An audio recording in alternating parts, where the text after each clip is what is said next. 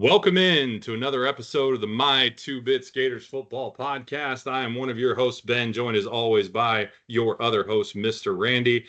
Randy, it's been a couple days. You've had some time to process. How you feeling? Let's go with agnostic and the reality, the denial, the anger, the bargaining has set in. Acceptance, but yeah, we're almost there. I'll just say that. All right, good. Well, that's progress. We're progressing through. That's good. That's always healthy. And Yes. and welcome to your weekly therapy for Yes, both thank you you. and all the Gator Nation out there.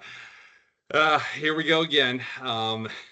Hopefully one of the last times we get to do this under the Napier regime. We'll see if that happens or not. But there's Oh, an awful lot of talk about it, so we'll see how that goes. But got it. tonight we will of course be reviewing our game this weekend with Florida West, also known as Texas A&M, but Florida West for those that don't know.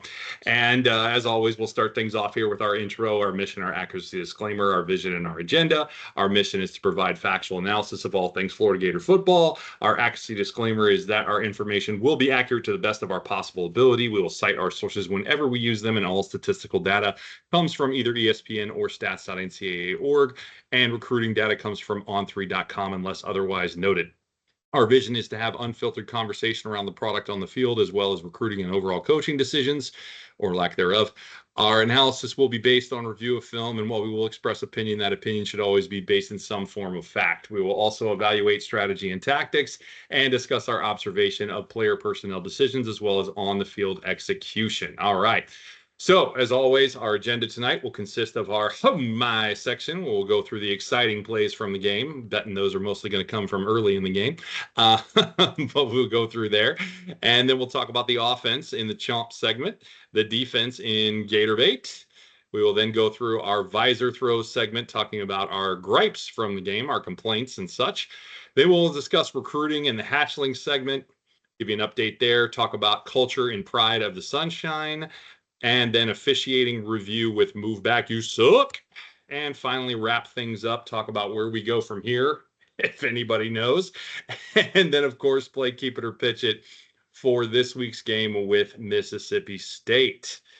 I will then also review the results from the Sims this week that are starting to get more accurate. We're getting there. We're making progress because they called A&M very much on point.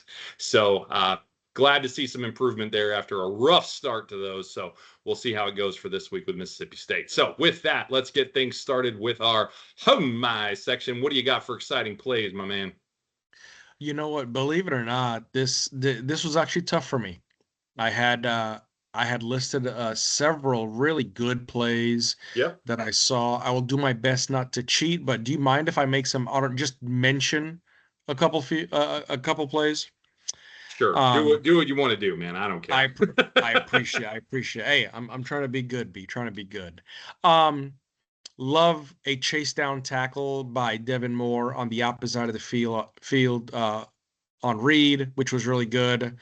Doman actually pulled off a Coffin's corner punt. Love to see that. Mm-hmm.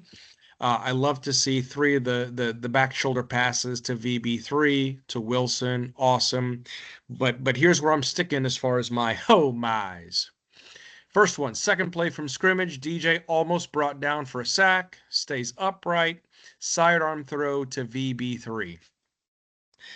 How he stayed up, I don't know, but it kind of reminds me of the Lagway campaign in 2024. Yeah. Seems like he was getting tackled, hit, pulled down in the swamp there against LSU, and he managed to make a sidearm throw that probably has a 8.27%, yes, I made that up, chance of actually being completed.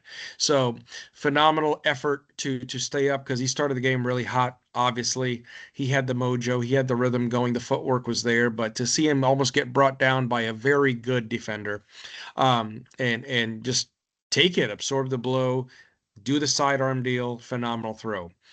Florida's second possession resulted in a punt, but did you see the coverage on the punt? I A did. I br- did. Really nice. Really nice. I know exactly what you're talking about. Yep, so that's who I'm calling out. Michael Caraway Jr. Like, what? All Who is right. that? Right? great addition this past off season. Here's the thing.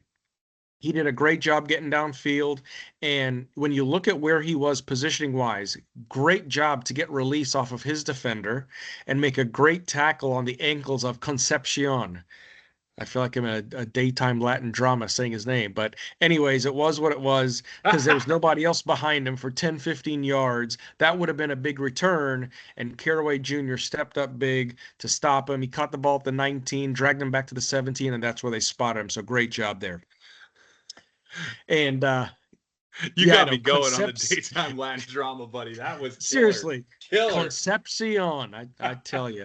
Anyways, UF's third possession. You're right, all in the first quarter for me. But UF's third possession, Baugh running the ball to the left side. You know where I'm going with this. Vicious stiff arm, stayed on his feet. Very gritty. Probably only should have gotten 5 to 6 yards on the play. Ended up getting a first down, 10, 11 yards. Phenomenal job. And also, I got a fun fact for you, B. I know you love fun facts. Baugh is tied third right now in FBS with forcing 42 missed tackles this season. 42. So, holy cow. Great stat. Yep. Love it. Yep. Love it. So there, those are my mys, my man. What do you have? Wow. Super, super interesting. We have 3 different plays. That does not normally happen. Wow. But I guess it with does a game, exist. It does. But I guess with a game like this, and technically I think you did kind of call one out an honorable mention, but yeah, sure. but only one really. Well, maybe kind of two. I don't know. We'll see. But the little generalized on the back shoulder idea. So I'm not sure if one of these really qualifies as that. But nonetheless, overall, for the 3 you picked versus the 3 I picked, they are different. So very, very unusual. We normally have a lot of linemen here, a little different. Amazing. So, I know, a little weird. So third drive, pass to VB3 for a 31-yard gain. Not anything to really get over the moon about, but when you really break this play down, it kind of is, because one of, if not Lagway's best ball of the night. If it wasn't his best, it was close, is what I'm trying to say. If I can actually elocute words properly, we'll see. But perfect accuracy on the touch and on the throw itself. And an outstanding catch by Vernell to keep concentration with the corner having excellent coverage, and even looking back and trying to make a play on the ball. He took a nice swipe at it, but missed. And none of that mattered. VB3 came down with it, rolled over, held possession. Great work.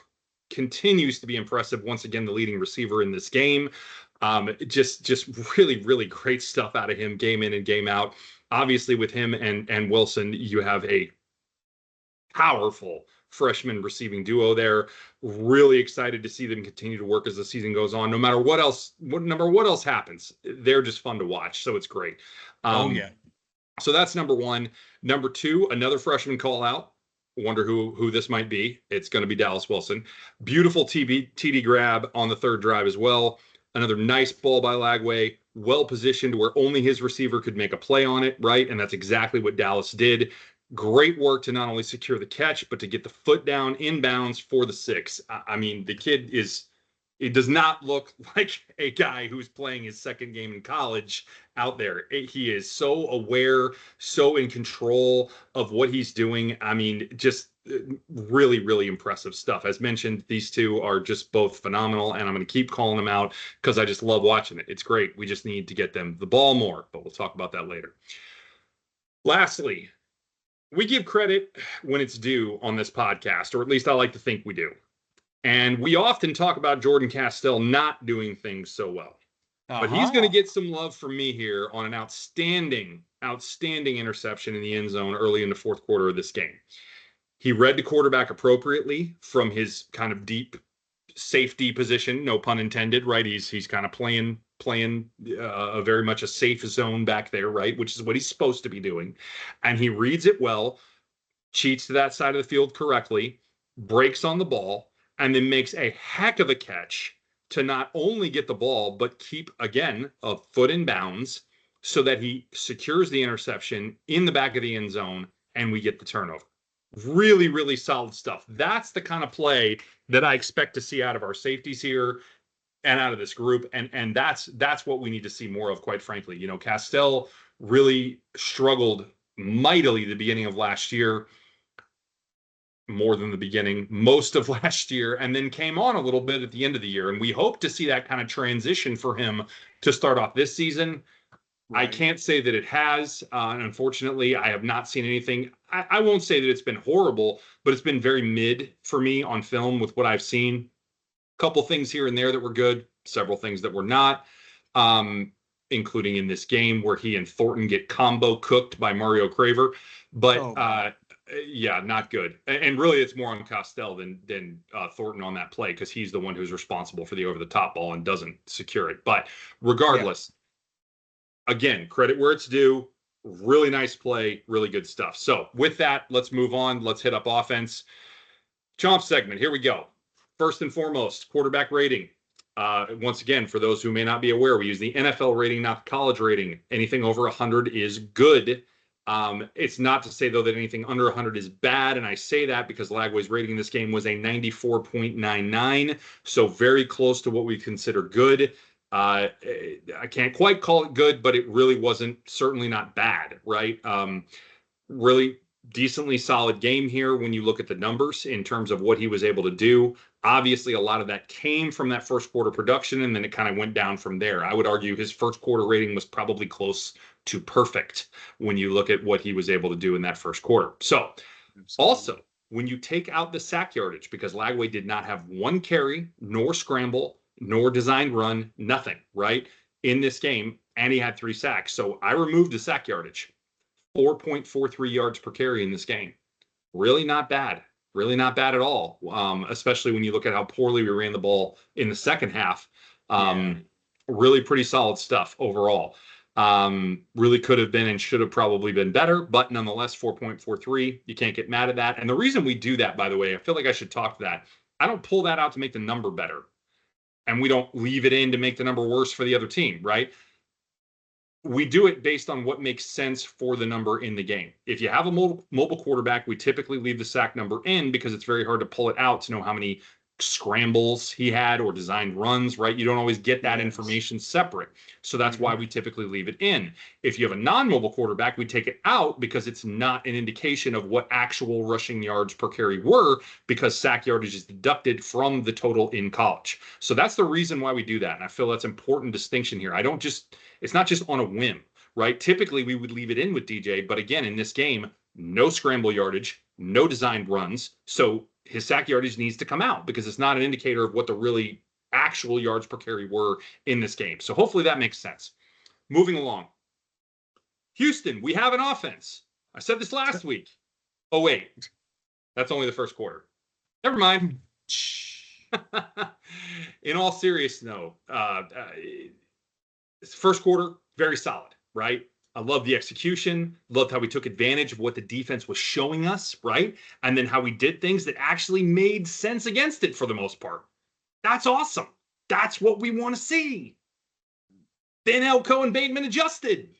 And we did exactly the same things we were doing in the first quarter. We had no counter whatsoever. And that's what drives us nuts, right? The rest of the game happened, and where do you even start?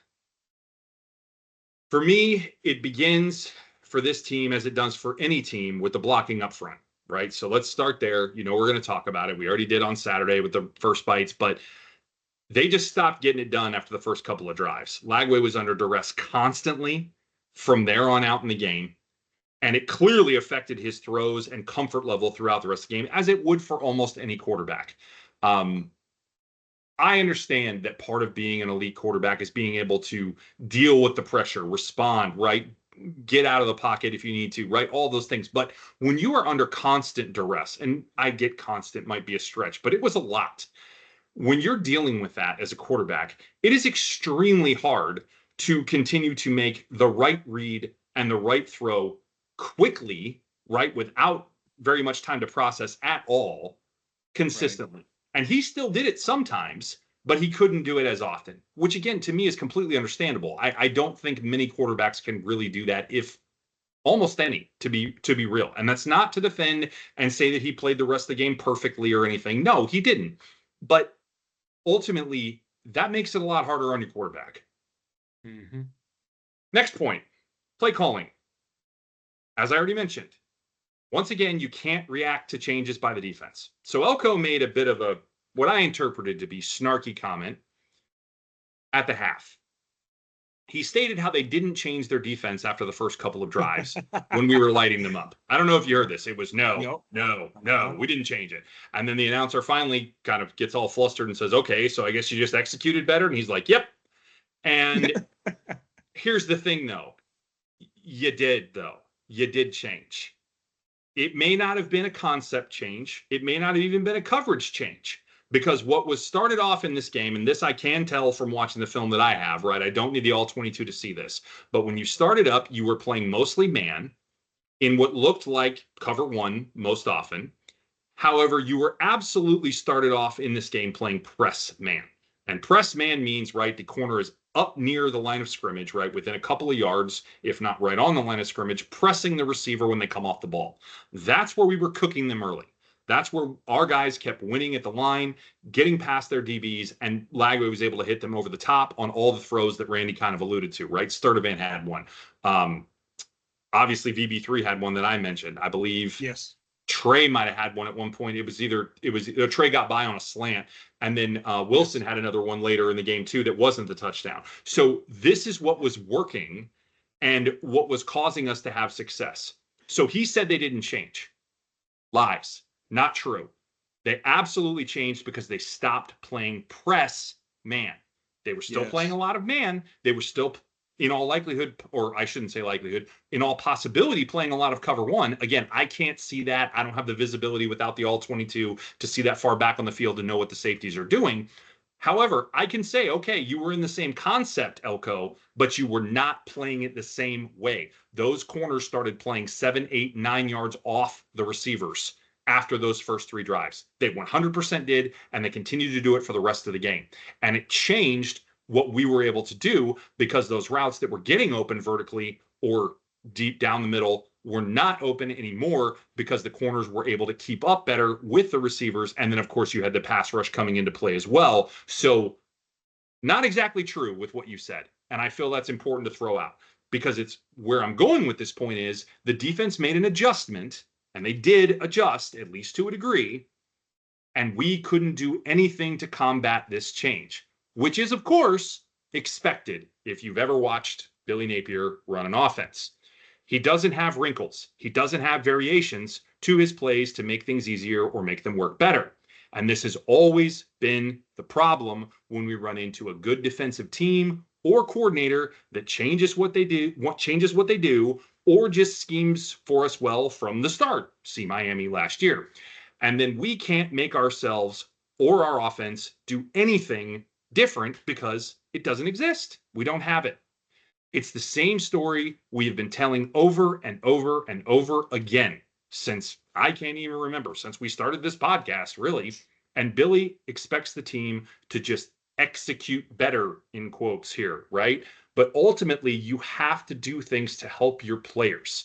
Like, for example, change your pass protection scheme when your left tackle is getting smoked like Texas brisket. Hey, just a thought, right? That's just one of many examples that I could name over the course of 3.5 years. So I'll leave it there. What do you got for offense, my man? Good deal. I like your takes there. Very good. Well warranted. Yeah. That's the thing. When you look at it, it's funny as we look at QBR, a lot of emphasis or a lot of point scoring, right? Weight on TDs positively, a lot of weight on INTs negatively. Hence why Reed's, Lagway scored what he scored. We'll get to Reed here in a second. But even at, like you said, with the yards per carry at 4.43, more than respectable. More than respectable. Yes, agreed. So, Lagway was 21 of 37, right? 56.8%. Not ideal, but 245 yards, 2 touchdowns, 0 interceptions. He took care of the ball when he could, how he could. And that's the other thing, too, that I think people have to understand is the fact of whether his coach/offensive coordinator is not giving him help, the O-line is not offering much help. he is having to process at a faster rate. And at the end of the day, when you got a lot of things to take care of, you could be like that halftime performer coming out on the unicycle, spinning 7 plates. That's what he's doing. Like, and God help him for it. So, anyways, to that end, overall first downs, 15 first downs, A&M had 19. So not a terrible discrepancy there. Net rushing yards, however, 74 to 183. 70. So if you take the sack yardage out, it does go to 93 for the record, but still. Yes. Exactly. So you've got that. So great. Total offensive yards, 319 yards, right? To 417. So there is almost a 100-yard discrepancy there. So that is what it is. And then outside of that, the other unique thing about what we did or didn't do on Saturday night, we are top, I want to say top 20 in the nation, top 15 in the nation when you look at time of possession, right? Time of possession. Yep. You only possessed the ball for 26 minutes to 33 minutes for Florida West, which, the abbreviation is TAMU. I'm going to be really nasty and call it TAMU because, well, anyways, I'll just leave that there. Not really a discrepancy in the first quarter, 7 minutes and 57 to 7:03. Second quarter, 8:01 to 7. Third quarter, 6:53 to 8:07. But the fourth quarter is what it came down to be 3 minutes and 27 seconds time of possession for the Gators and 11:33 for TAMU. Yeah, done. And those well, at least the turnover, at least the one turnover, I can't remember if there were really two, but the one turnover was a killer there for sure. Absolute killer. So anyways, that was what it was. Jaden Baugh, 18 attempts, 66 yards. 3.6 a carry, longest of 15. Okay. Vernell Brown, 6 receptions, 77 yards, 31 long. Sturdivant, 2 receptions, 53 yards, 27 long. Trey Wilson, hey, he showed up. Yeah. Couple targets. He did. Nice game, actually. Nice game from right? him. Solid. 3 receptions, 45 yards, 25 long. I know some people would disagree with me on this, but I'll take Trey Wilson in the slot in a quick slant all day long and twice on Sunday. Agree. I totally agree with that. Oh, okay. He's just there. He's reliable and anyways, 4 targets, 3 receptions. He did his job, did the best he can when the ball was thrown to him. So there you go. Outside of that, really interesting because, obviously the Gators struck first. And that's one thing I love. When we get the ball, okay, and you strike first and you send a message, phenomenal. 8 plays, 75 yards drive on the opening possession. You go, ho, we're cooking. We got some good grease in the pan, right? We got some bacon up. We got some good stuff going. But then I love the variation to Amir Jackson. By the way, another fun fact, Amir Jackson's first career touchdown. Good job, Amir. Agreed. So 14 points in the first quarter, be 9.24 yards per play in the first quarter.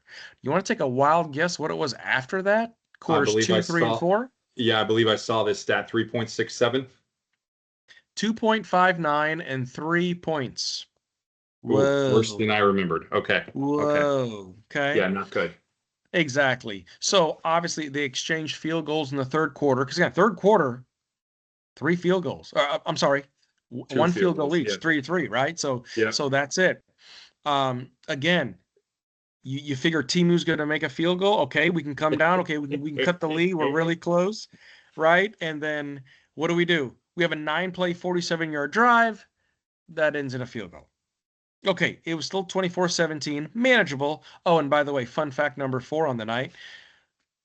That field goal by Trey was his 44th of his career, moving him to 4th place all-time in school history. So good job, Trey. Nice. Awesome. Good job, Trey. Love that he has not missed one since that debacle on opening night.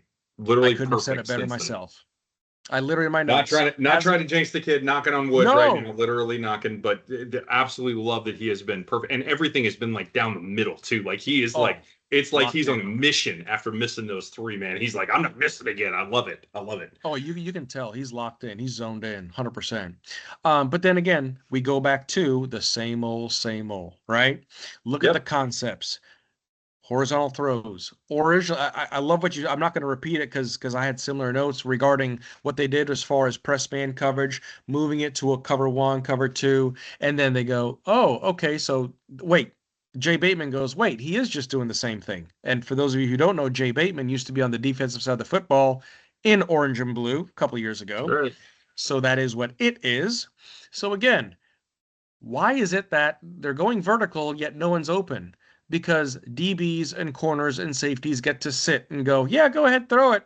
We know where you're going. Yep. Very, very Right. predictable. Okay. Right. When the defense expects it and they sit on a route, make it seem like no one's open, guess what? That's where you add in some creativity, some imagination, some ingenuity, some variation. Oh, yeah, right. I'm still eating great value, frostbitten vanilla with a lot of high fructose corn syrup. None. No variation. It's Nope. ridiculous. Okay. Especially when you look at Austin Barber, 0 PFF, 0.0000 to the nth degree. I mean, He got it should have been negative, honestly. Sorry, but it doesn't go negative, but it should have been negative. It was bad. Yes. It was bad. Got blown up by Howell over and over and over again. And how, you know what? If I'm a coach or an OC, I'm going, you know what? My guy's getting blown up. We got to help him out. We got to help him out. Let's try something a little different.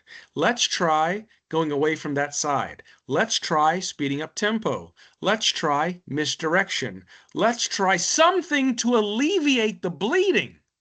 How about move the tight end to that side since we're always in 11 personnel at a minimum? How about putting the running back on that side, the chip block? Something.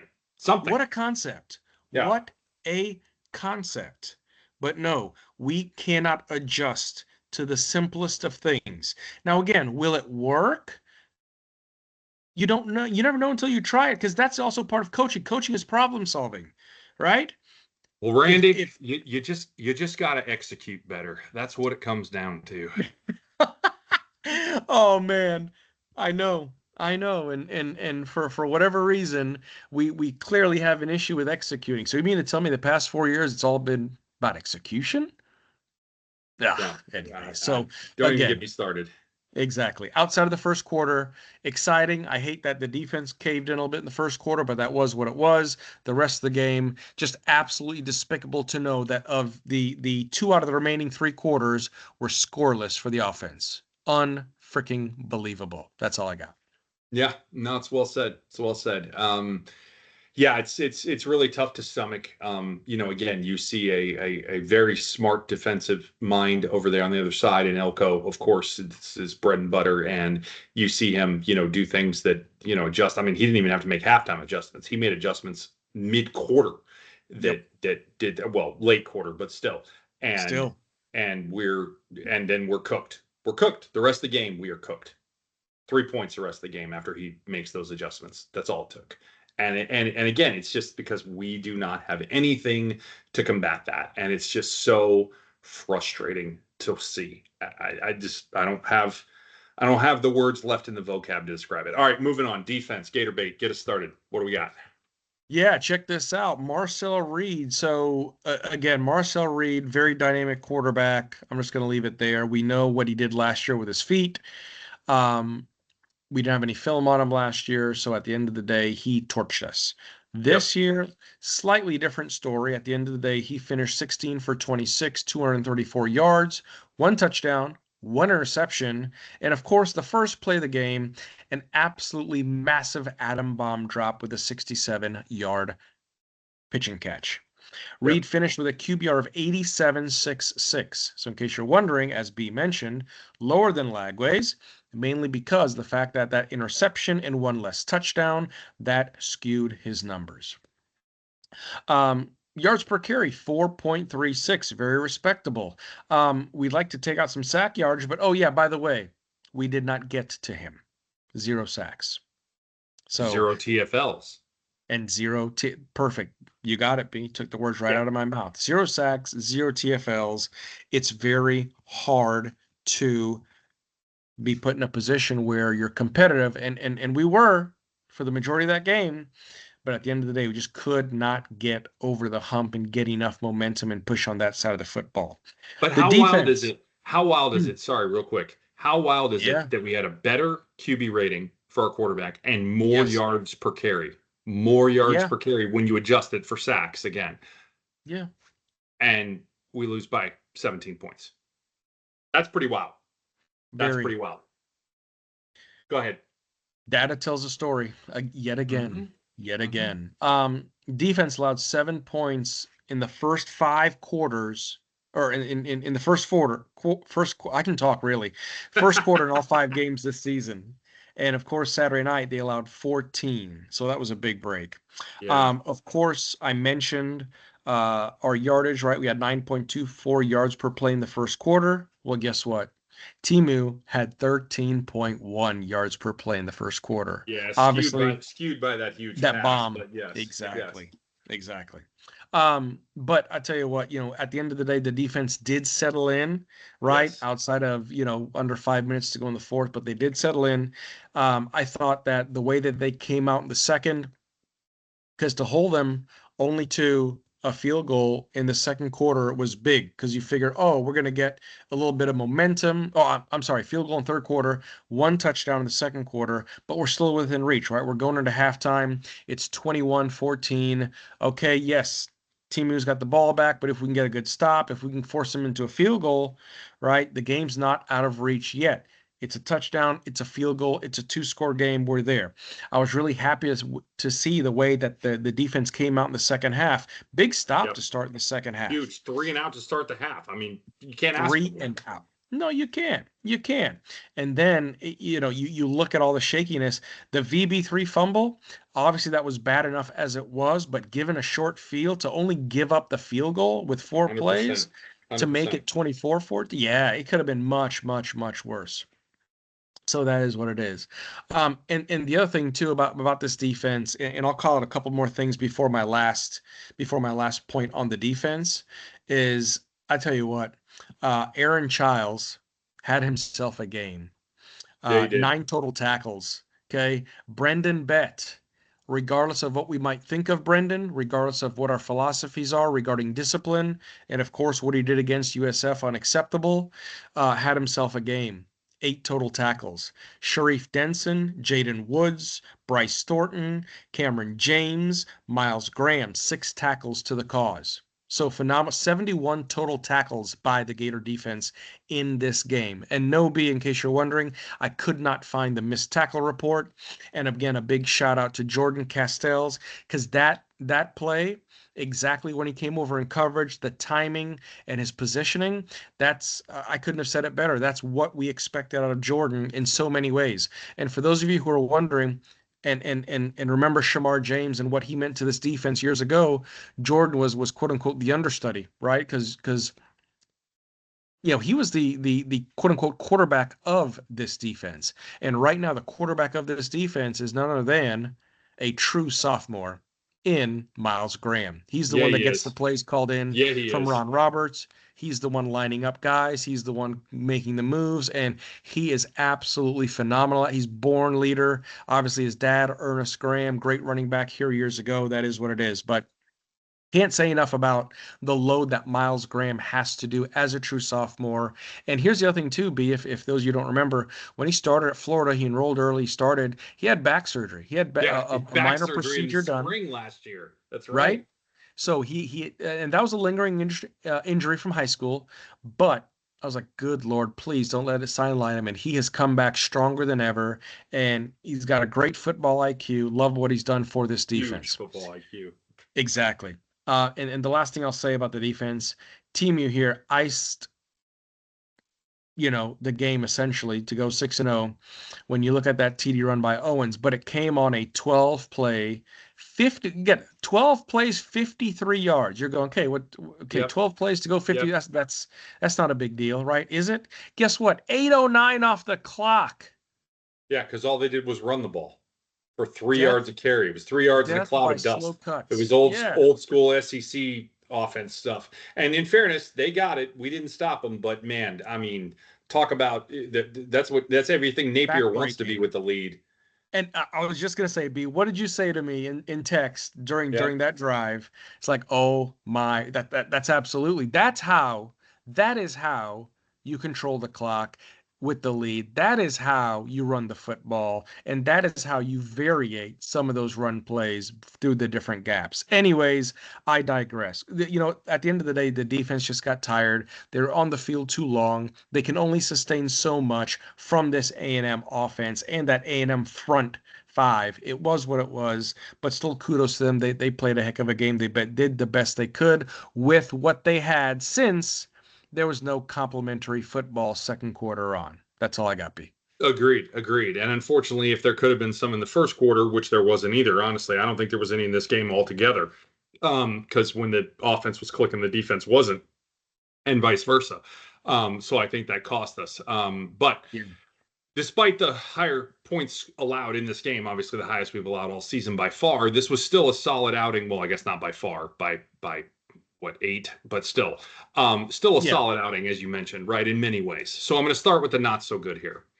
Several coverage issues early on in this game where we flat blew the concepts and left guys wide open. Now, we have gotten beat in coverage this season many times, right? Happened a lot last week, actually, against Texas, where we got beat in coverage. That's not the same thing as messing up your assignment and leaving guys wide open.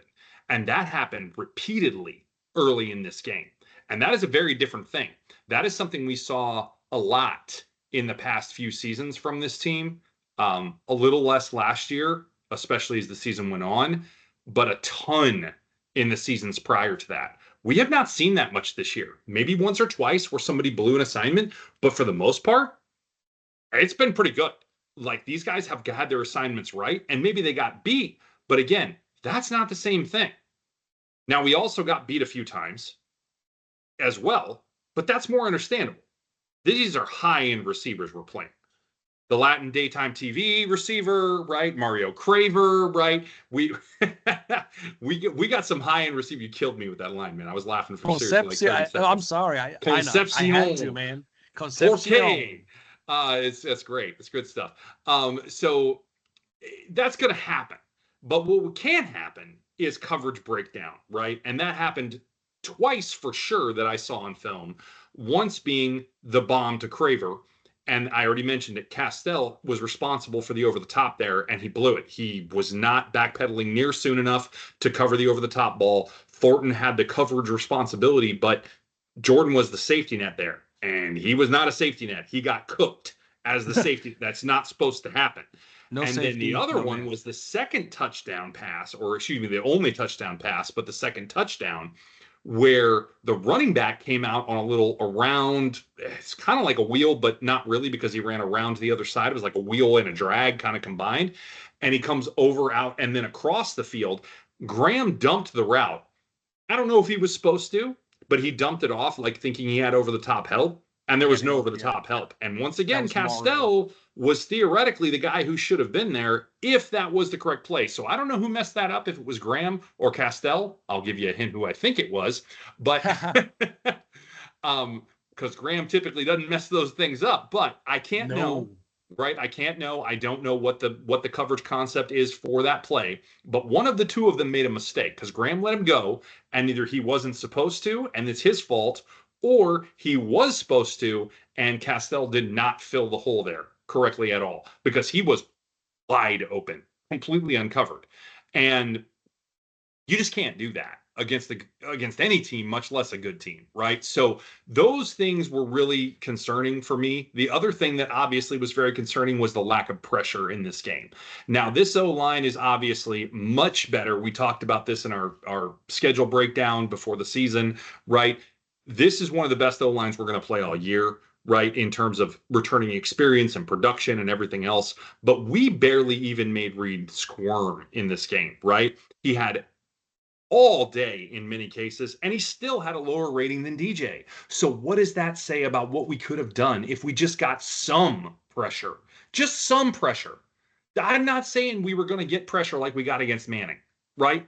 That wasn't going to happen in this game. Let's be real. This is an elite offensive line, or close to it. That wasn't realistic. We weren't going to be able to do that, especially not without Caleb, right? Banks is out. You're not getting it. But we could have gotten more pressure than we did, and it just didn't happen. So if we could have just gotten there a little bit more, what could we have done to him in terms of his throws, his accuracy, his feel, his touch, all that stuff, right? We talked about what that does to a quarterback when you're feeling the heat. Very disappointing. Rattling the cage. Exactly. Yeah. Rattling the cage. Don't even need to sack him necessarily. I mean, I wanted to sack him, but you don't even have to. Just getting in his face, right? Like we did all day with Arch, and you saw what that did. This is a different story. And then, by the way, what happens when you don't do that to Arch? What happened against Oklahoma? Yeah, did you see that game? 23-6. Just saying. Okay. Positive takeaways. Shaky start, but then we recover.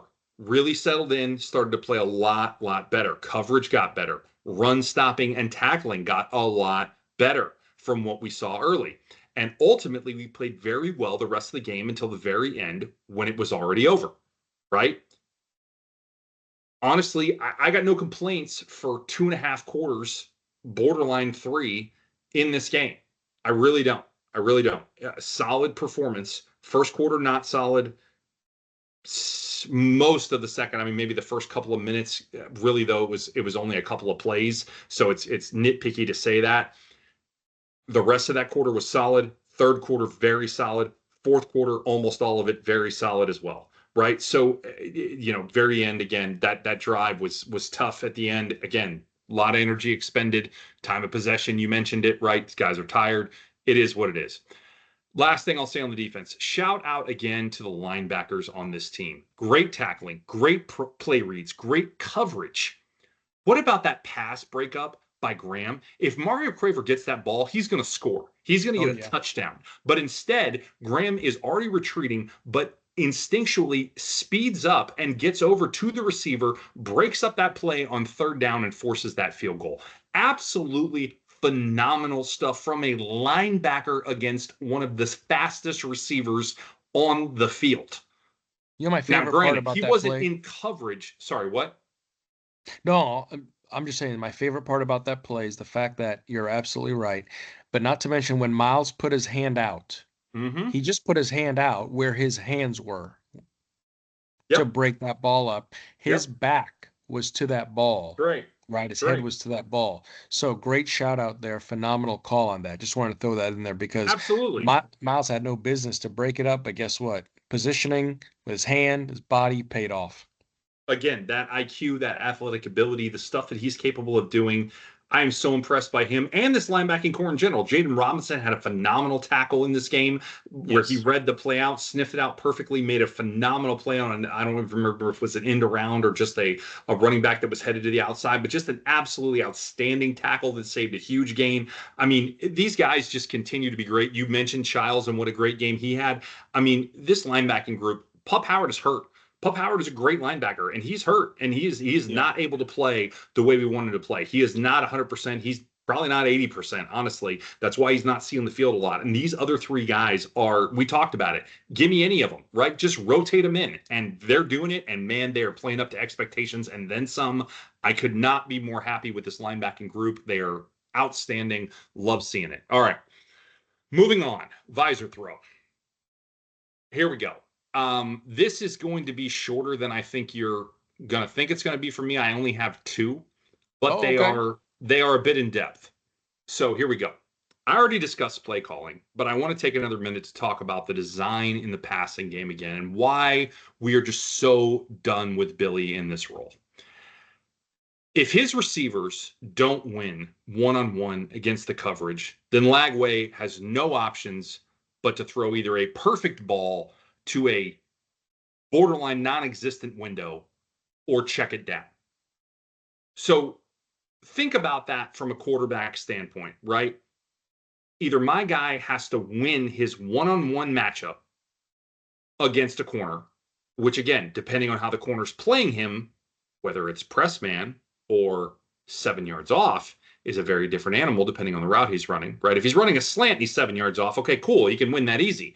But if he's running anything past 5 yards down the field, that's going to be a problem, right? It's going to be difficult for him to win that because the corner's going to be able to be there and react, assuming he plays it well, which a lot of times they have the ability to do, especially in a well-coached defense.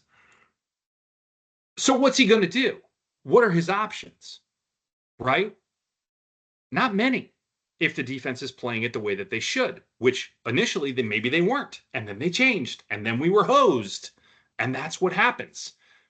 This is why you see so many short throws on the plays that aren't necessarily designed to be short from the beginning, because obviously we throw plenty of short plays anyway, right?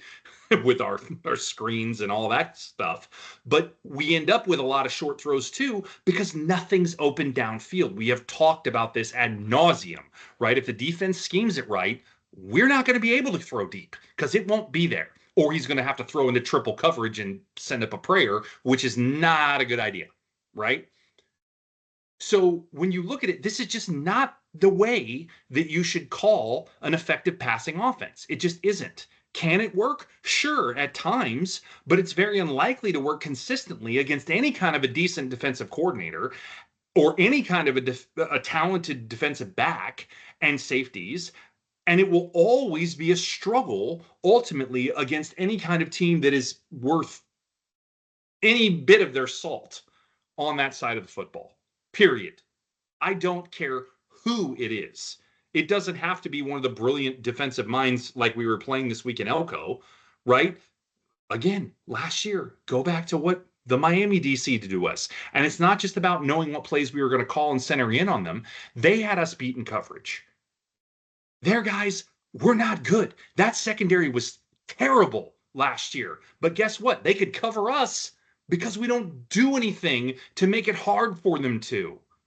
It's too easy to stop what we're doing on a consistent basis. Does it work sometimes? Sure. Does somebody blow a coverage? Yes, it's college football. It's going to work occasionally. Does the wrong scheme get called against the wrong play sometimes? Sure. It's college football, right? That stuff's going to happen. So is it going to look good and like it works from time to time? Yeah, absolutely. Is that going to happen consistently over an entire game or an entire season?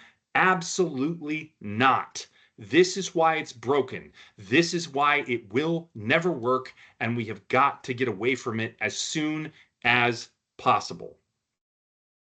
That's point one. Point two, time management. Here we go again. Rears its ugly head at the end of the first half. We run a play that does not get a first down. I believe it was a run. It was.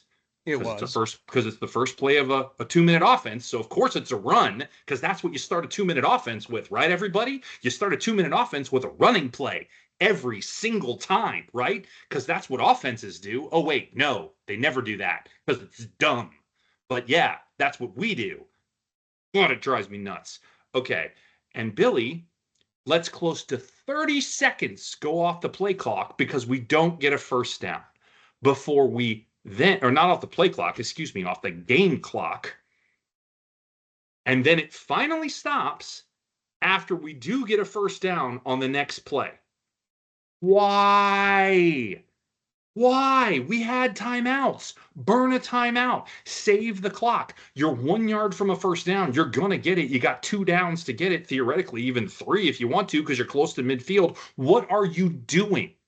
Why would you not call timeout there if you didn't get the first down? Now, listen, you get the first down, you don't want to call a timeout? Fine. The clock stops. You got enough time to get the play in and only let a couple of seconds tick off the game clock before it goes.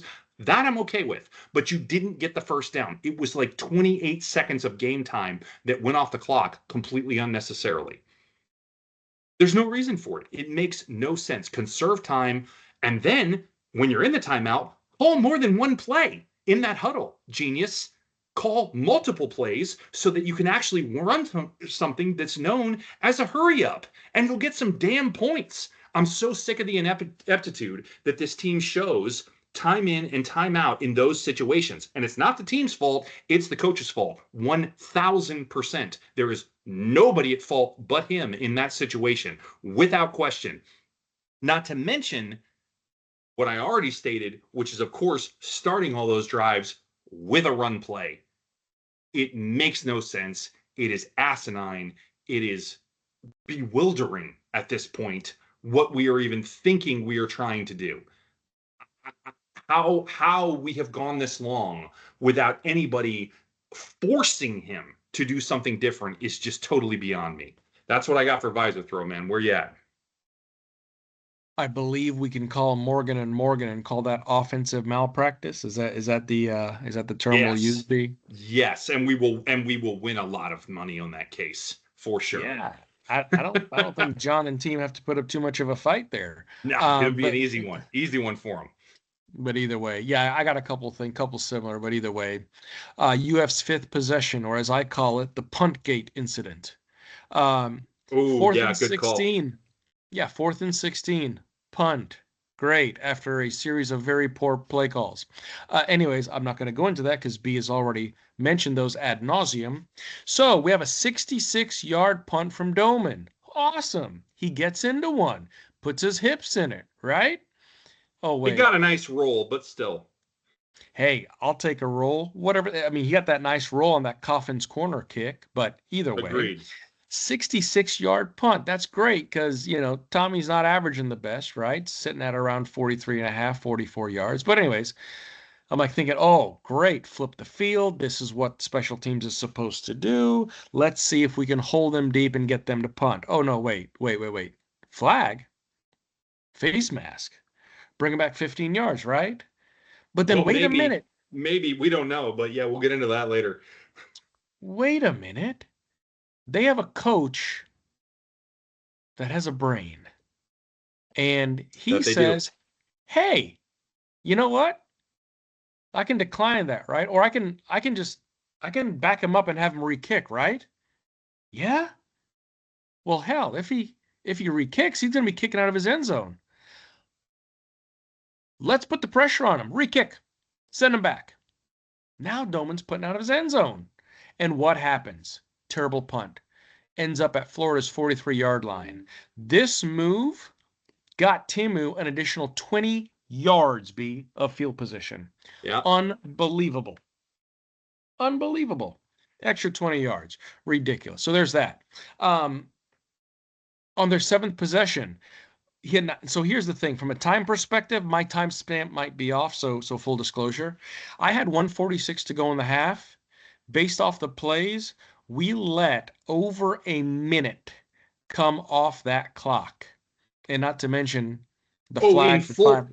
In full, we may have. I'm talking about just between the first down run and the time that when it finally stopped after the second down conversion to the next first down. That was my runoff. In total, it very well may have been that. I'm just saying the time that was taken off between the first down play and the time the second down play completed and the clock stopped for the first down. Thanks for clarifying. So I had a minute and 4 seconds, 5 seconds taken off in totality before we had to punt the ball. Unbelievable. DJ comes up to and again, I'm not blaming DJ on this because obviously he's getting the call in from his offensive coordinator. Yep. I mean his head coach. I mean Billy Napier. I mean they are the same person. Yep. And it's almost as if 2-minute drill. We're just casual Sunday drive, no sense of urgency. Nope. All good in the hood, no need to get a move on. So very, very frustrating. Next point, UF trailing 24-17, facing a 4th and 6 from the TAMU 49-yard line. Let me back it up one play. Third down. What does Billy Napier decide to do? Does he pass the ball? Does he run the ball? He's going to run it. And then on 4th down, when all analytics say, yeah, let's go ahead and punt. No, let's pass it. Let's pass into a very low percentage pass play. Obviously, TAMU took over, proceeded to march down the field. That was what it was. But that's after you run on 3rd and 6, of course, because we're between the 40s and going to go for it on 4th down. So let's run for no gain on 3rd and 6. But correct. Yeah. Run where you're supposed to pass and pass where you're supposed to run, because Billy actually called an audible for once. But that's the issue. When he called the audible, it was against the analytics and against common sense that actually would have put them in a better position of success for that drive. Correct, sir. Hashtag numbnuts.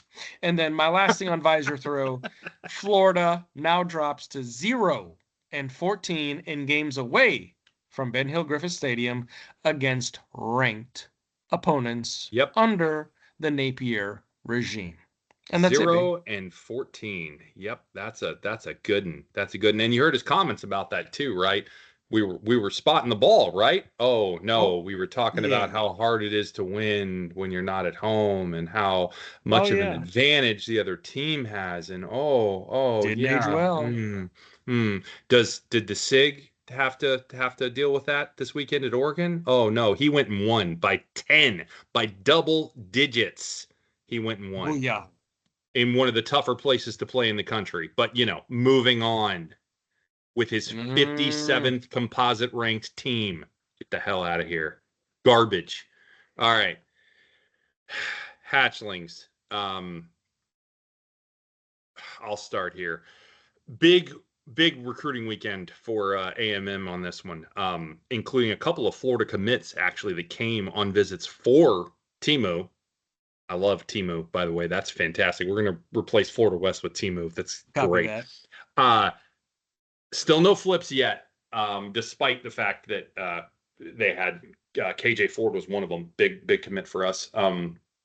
But they had another one too, but I don't remember who. There's still no flips yet, but they're coming. You mark my words, they are coming. Regardless of what happens with Napier and his coaching situation, they're coming all the same. This is the Grinch stole Christmas on this one. They are going to be.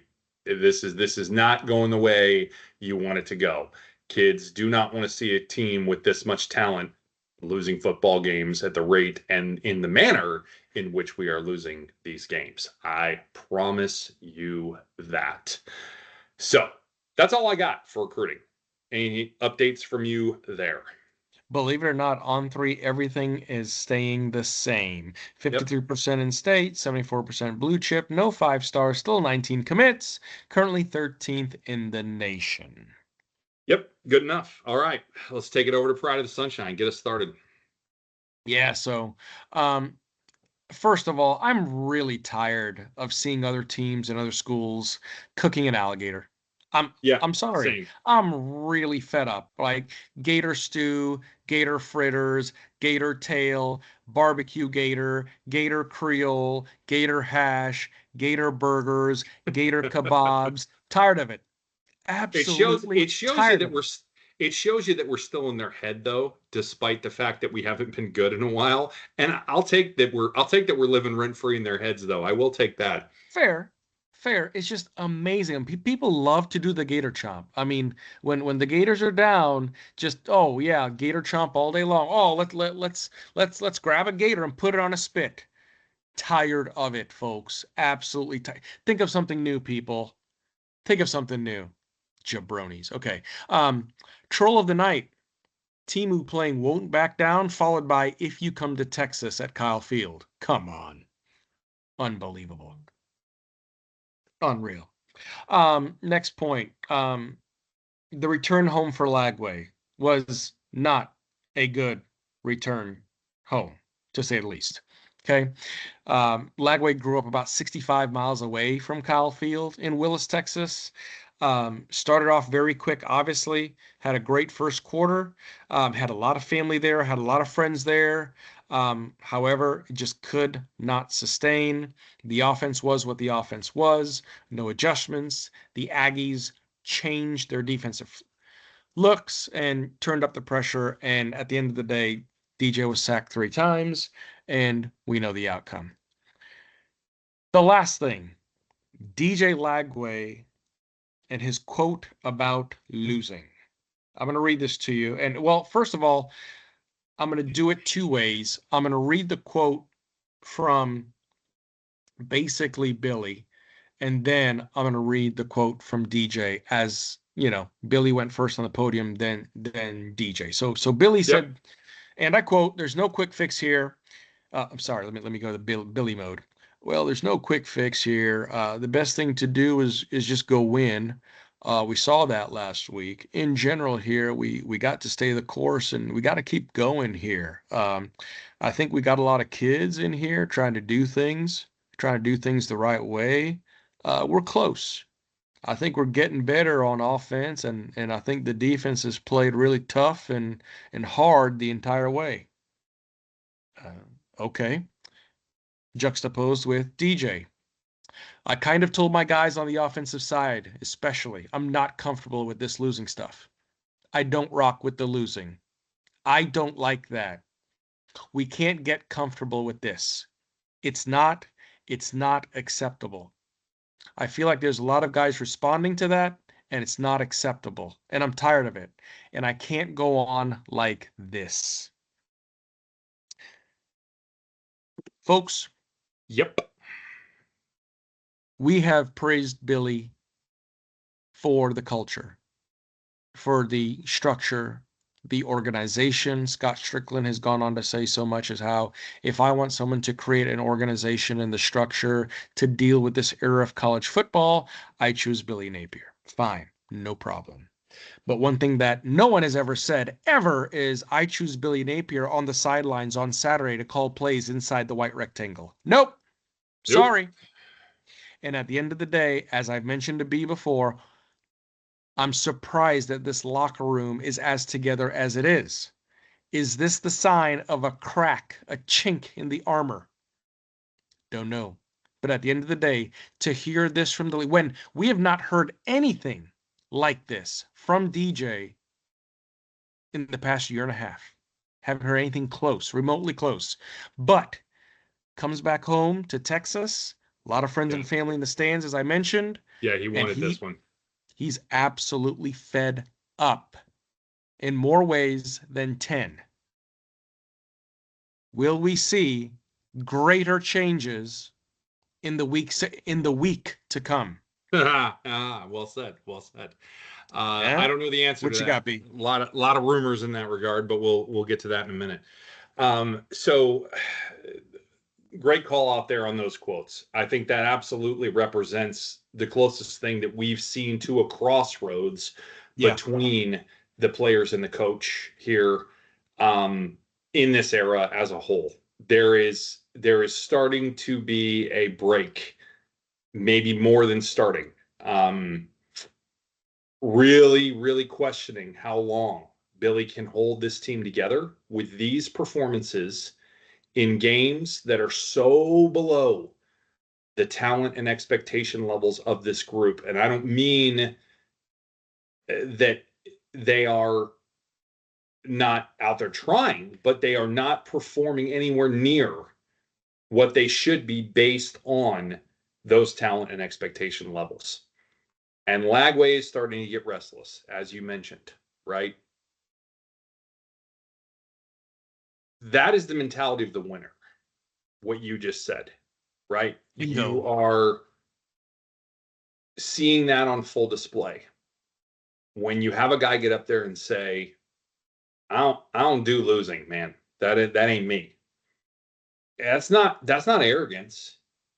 That's not overconfidence or bravado. That's just a guy. That's just a guy who has a competitive fire and who is a proven and built winner his whole life.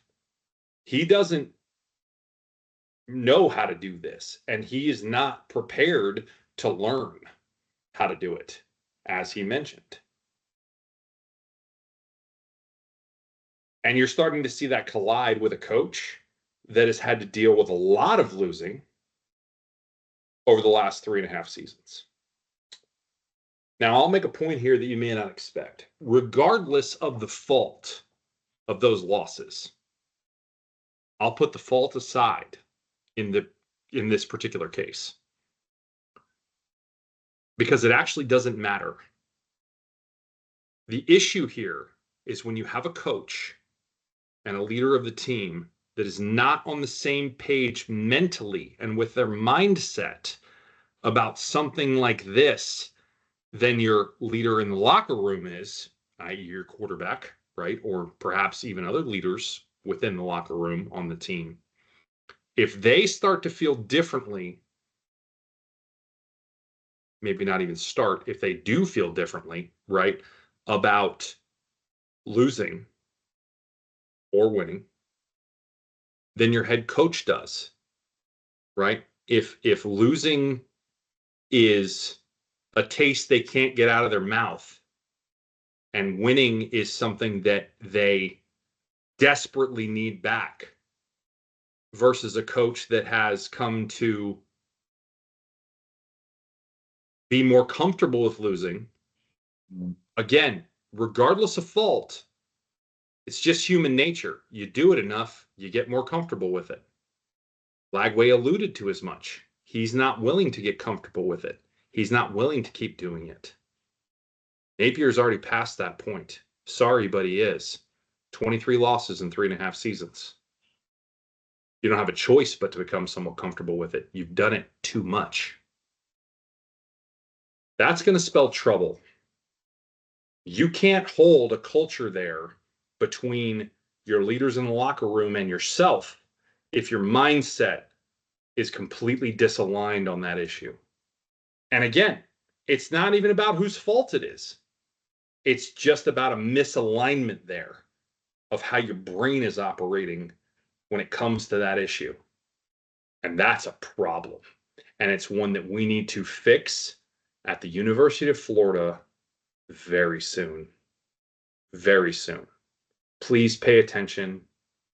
Please do something about it ASAP. I understand they may be waiting a week because of the bye. Quite frankly, I hope that's all. I really hope that's all. Because with the changes to the transfer portal rules around coach firings, if you're not familiar, we'll have a discussion about it probably next week during the bye. Right. There is absolutely no reason to not fire your coach right now. I don't know that Penn State should have fired James Franklin, but there is absolutely no reason we should not fire Billy Napier. And frankly, we don't need to wait for the bye week. But if you want to wait for the bye week, I'm okay with it. But you better do it next week. All right, moving on. Officiating. Move back, you suck. Refs in this game. Not great, but at least consistently not great is what I guess I have to say. They let a lot go. I mean, a lot go. They were, again, consistent in doing that on both sides. The biggest thing I'm going to call out here is multiple holds, and I mean multiple holds. I mean borderline double-digit holding calls on both teams in the run game, short passing game, multiple different areas, quarterback evasion, right? But whatever it was, they didn't call anything. I mean, the flag should have been all over the field, again, on both sides. Probably more on us, in fairness, than on them, but nonetheless, there were flags both ways that were not thrown here. Again, at least it was consistent. Not my preference to have it be called that poorly, but it is my preference to have it called consistently one way or another, even if it's bad. At least it was consistently bad. It's better than it being one-sided. I'll give it that. But only slightly, because we want to see a well-officiated game, and this was not that. Moving on from that, though, huge issue taken in the fourth quarter with a lack of review of the fumble that was called on DJ when he was hit and attempting to throw the ball. He was clearly attempting to throw the ball. Was it a fumble? I don't know. Because all we got was a full speed replay from a couple different angles on the broadcast and no review by the officials whatsoever to get multiple looks, any slow-mo, nothing. I can't give you my opinion if he fumbled it or not. I'm genuinely unsure. I have no idea. And frankly, that is completely criminal in a moment in the game where that game is not over. That game is not over. There is 4 minutes and change left. We were in decent field position to potentially go and score and then have timeouts remaining to be able to stop the clock if they get the ball back. That game is far from over. 2-minute timeout is still there, and you don't even review a fumble where the quarterback is trying to pass. I got nothing. That is criminal. That is absolutely criminal that we are not reviewing that play. It's ludicrous. That's all I got for my official review. What's your take? Good review. I got a couple things based off of my film review and replaying the game. I had going back to your comment on penalties not being consistent, well, or being consistent, a lot not thrown. I saw just with my naked eye and my DVR, um, three holds on us that were not called, and Hmm. another four on TAMU that were not called. Because at the end of the Wow. day, we finished with six penalties for 54 yards, two declined. A&M finished with three penalties, 30 yards, one declined. Yeah, for the So 123rd most penalized team in the nation. But, okay. yeah, exactly. So that was that. As far as this crew goes, it wasn't a spectacular crew, and I don't mean any disrespect to them. It was what it was. Lee Hendrick was your referee. We've had issues with Lee before, not just the way he looks, but Chris Snuggs over there at line judge, Jonathan Just the Bullock way over he there at looks. side.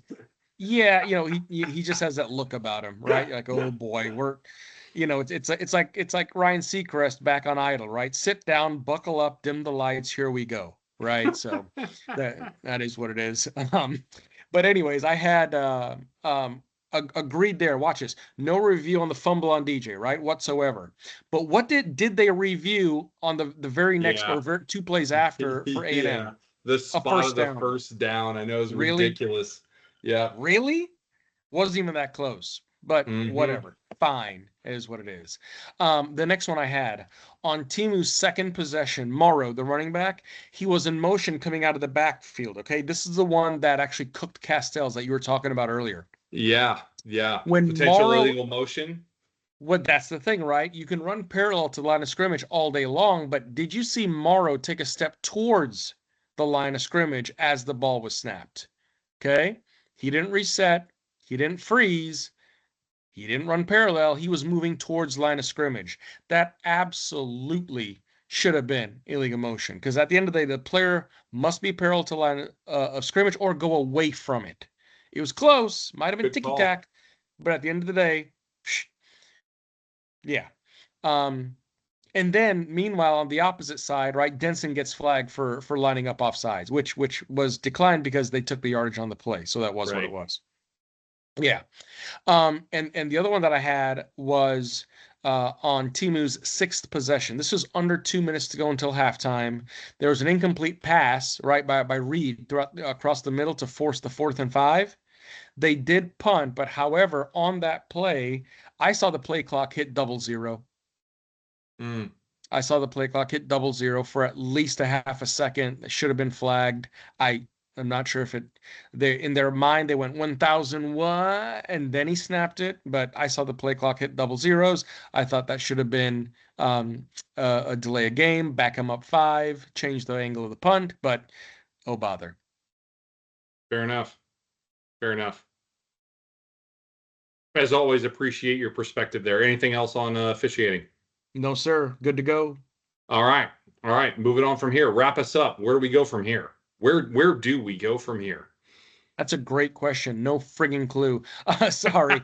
I'm Um, with you. I'm with you. Uh, hey man, wild start to the year so far, 2-4, right? At this point in the season, we thought we'd be probably 3-3, maybe 4-2, but we're 2-4. Mississippi State this weekend coming up. It's homecoming. It's cowbell. It's a 4:15 kick. Mississippi State is not the Mississippi State of last year, right? Under Libby, they Which have is more than shocking because they lost talent. But yes, kudos to Libby. exactly. So kudos to him. Napier's 21-23. As I mentioned earlier, 0-14 in road games. I I don't know. I don't know. Scared money clearly isn't making money, but it's losing a lot of money. There is no excuse here, but it's always followed by an excuse. We're just going to ditch spot the ball, right? 100%. If we are this much process oriented, then why aren't we process oriented? And then is there something wrong with the process behind the orientation of it, the process? I don't know. And truth be told, I don't know what the truth is anymore because complementary football might not exist moving forward. That's where we go, B. That was awesome. That was a lot of nice Napier speak worked in there. I loved that. That was really good. That was really good. Thank you. I hope those that know Napier press conferences can appreciate what's just dropped in there. That was really good. Props, bravo. You got it. All right, I got a little different take here. From a team standpoint, as we already discussed, I think we're on the brink here. From my evaluation of what is being said and not said right now. So it's difficult to know what we can expect from here week to week moving forward. I'm really not exactly sure, right? I hope the players galvanize, right, around Lagway's comments and kind of, ditch what Napier's saying, frankly. But we're seeing coaches fired left and right in college football, obviously, all over the place. And yet Billy still has a job somehow. Again, I'm not really clear on it. I don't really understand it. The rumor mill is buzzing everywhere, right? I'm sure if you're any kind of a fan of Gator football, you're getting stuff in your feed constantly about what's going on and who we may or may not be targeting or talking to or possibly hiring or going to hire or whatever. It's all talk until we actually do at this point, right? And until we actually do something about who's currently here, right? I'm hopeful we make the right decision and move on soon for the benefit of the program and the players who want to be here and who are trying to put something together and have a team that can compete as soon as next season, by the way. And if we do this right, because there is a way, there's a path here, and I want to stress this, there is a path that if we get this right, if we time this right, and I'm not talking about firing Napier, I'm talking about hiring the next coach. If we time it right with the new portal rules and the transfer portal itself moving to January, that if we do things the right way here, we could compile a team, keeping core players we have now, bringing in things that we need from losses we might have, or just things we need overall, that we could make a run next year. And I'm not exaggerating in saying that. If we do things right as an organization, that's a real possibility that's on the table. I want you to consider that as Gator fans. That is not off the board in any way, but it has to be handled right, and we have to do it the right way. And it will not happen if Napier is somehow still the coach, which doesn't look like it's a reality. But the sooner he is let go, the better we are off to be able to make those things happen. Period. End of conversation on that. So let's hope after this week, regardless of result, I don't care if we win by 30, we should fire him. Period. End of discussion. Doesn't need to go any further. Napier should be gone after this week. I don't care how this game goes. All right, moving along. Keep it or pitch it. Ew. Last week's results. I'm mounting a comeback. Ew. I went 2-1. Randy made some aggressive picks, kind of pointing towards we might win the game, and unfortunately went 0-3. Tough week. So I am now 6-12, and you are 9-9. So you're still at 500, which is better than Napier. I'm 3 games under 500, which is only slightly worse than Napier, but we'll move along. All right. So our picks from last week was Florida West is number 5 in the nation in third down at 22.4%, while Florida's 113th in conversion at 34.8 on third down. Florida will convert at least 37% of their third downs. I pitched that because I knew we wouldn't, and you kept it. And yeah, we did not. Obviously, 1 for 10, 1 for 12. What was it? I don't know. It was bad. 1 for 10. It was 10%. 1 for 10. Yep, not good. Florida West is 37 in the nation, averaging 195.4 rushing yards per game. Florida is 26th in the nation, allowing 99.4. Florida defense will hold Florida West under 135 yards rushing. Wow, we missed that one. We both kept it. We were both way wrong. 186 we allowed. Still under their average, but did not get that done. Lastly, Florida West was 42 in the nation in scoring offense, averaging 34.8 points per game. Florida was 26th in the nation in scoring defense as of last week, averaging 17 points per game allowed. Florida defense will hold Florida West to under 26 points on Saturday. I pitched that, you kept it, and I got that one right. Thus the 2-1 for me and 0-3 for you. So unfortunately, there is your breakdown of that. All right, moving on to more cowbell, or hopefully less cowbell. Mississippi State, let's go. Florida ranks 38th in the nation in scoring defense now after this game at 19.8 points per game. Ooh, what a difference a weekend makes. While Mississippi State ranks 47th in the nation in scoring offense at 33.7 points per game. Very similar to what Texas A&M or TAMU, excuse me, was averaging. The Gators will hold Mississippi State to less cowbell and under 25 points in this game. Keep it or pitch it. It's homecoming, back in the swamp, big game. They're going to show up and show out. Keep. Yeah. When it comes to the defense, I believe in them. I'm keeping it as well. 24 or under, you got it, or under 25, whatever, however you want to say it. Yeah, I'm going to keep that for sure. All right. Florida ranks 18th in the nation in time of possession at 32 minutes per game, despite the disappointing showing this week. Mississippi State ranks 131st in time of possession on their side at 25 minutes per game. Florida will control the clock and possess the football for more than 34 minutes in this game. Keep it or pitch it. Tough number here. Definitely think we will do well, but will we do 34 minutes? Yeah, and that was a tough number for me. I was trying to figure out what that looked like in the games that we held the ball for 34 and the overall tone of the game. And I can't. I want to, but I can't be. I'm going to pitch it. Oh, okay. I'm going to keep it. I think this is razor thin. I think it could go high 33s, and I might just miss, but I had to keep it because I think when you look at the way Mississippi State operates their offense, they're predicated on the run more than the pass. So if we can hold their run in check, which I do believe we can, then they're going to have a lot of trouble possessing the ball much at all. Okay. And I think because of that, we are going to be able to do it. I think it's our defense that controls this number rather than our offense. So, yeah, I think that's what's going to do it. And I've got it as a keep, but, man, it is close. It is close. And I might miss this one, but we're going for it. Okay. All right. Last but not least, Florida ranks 126th in the nation. Killing it. 134 FBS teams, folks. So we are 8th from last. I want to point that out. In third down conversion at 31.6%. Man, what an offense, Billy. What an offense, buddy. Yeah, get out of here. And Mississippi State ranks 51st in the nation in third down conversion defense at 35.4%. The Gators will improve on their third down difficulties and convert at least 35% on third down. And this is going to tie into something in a minute here in this game. Keep it or pitch it.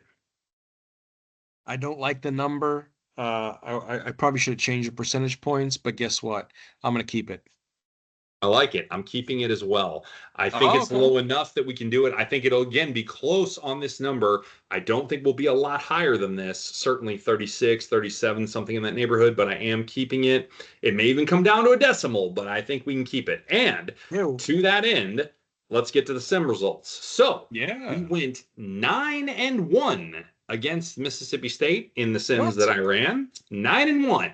So the game likes us to win. And if you recall, they liked us to beat Texas 6-4. They liked us to lose to TAMU 3-7. So it's been right the last couple of weeks in predicting this. And technically 5-5 against Miami. So it wasn't really wrong there either because it called it a coin flip, though didn't look like a coin flip, but nonetheless. However, what's interesting is the key stat did kind of ring through last week for the first time all season. So we'll see if it does again here. I hope this indicates the result, but we will see, of course. Some interesting takeaways before we get to the key stat. It expects us to shut them down defensively, which is possible because our run defense has been our better of the two sides of the ball, and Mississippi State runs better than they pass. So, in theory, makes sense. They averaged right around 300 yards per game in the 10 sims I ran. We also had an average margin of victory of over 20 points per game. I don't know about that one. I would not bet the spread just because of that, folks. Do not bet on the 9.5 point spread. I'm not advising that at all. Key stat, though, for the 9 games we won versus the one we lost, the common stat, the common thread, there were a couple, but this was the one that was most obvious, if you will, is our third down conversion. We need to be north of 35%, as I put in the prediction there for Keep It or Pitch It, in order to win the game. This is something we have struggled with, obviously. And if we do in this game, we could be in trouble because the one game that we lost, we did have a -2 turnover margin, but we also converted at 31%. So, for what it's worth, interesting stat there. I think that's going to be your key. We'll keep an eye on it. We'll see what happens, but there you go. So with that, I think we're going to wrap things up here. As always, thank you for taking the time to listen to us tonight. We really appreciate it. If you like what you've heard, please hit the like button on whatever platform you're listening on. If you want to hear more, please hit subscribe, and I will turn it over to Randy to sign us off. Absolutely, B. Great episode. Thanks for the therapy. And Gator fan, whenever you are and whenever you may be listening, thank you for taking the time, and we will see you around, Gator Nation.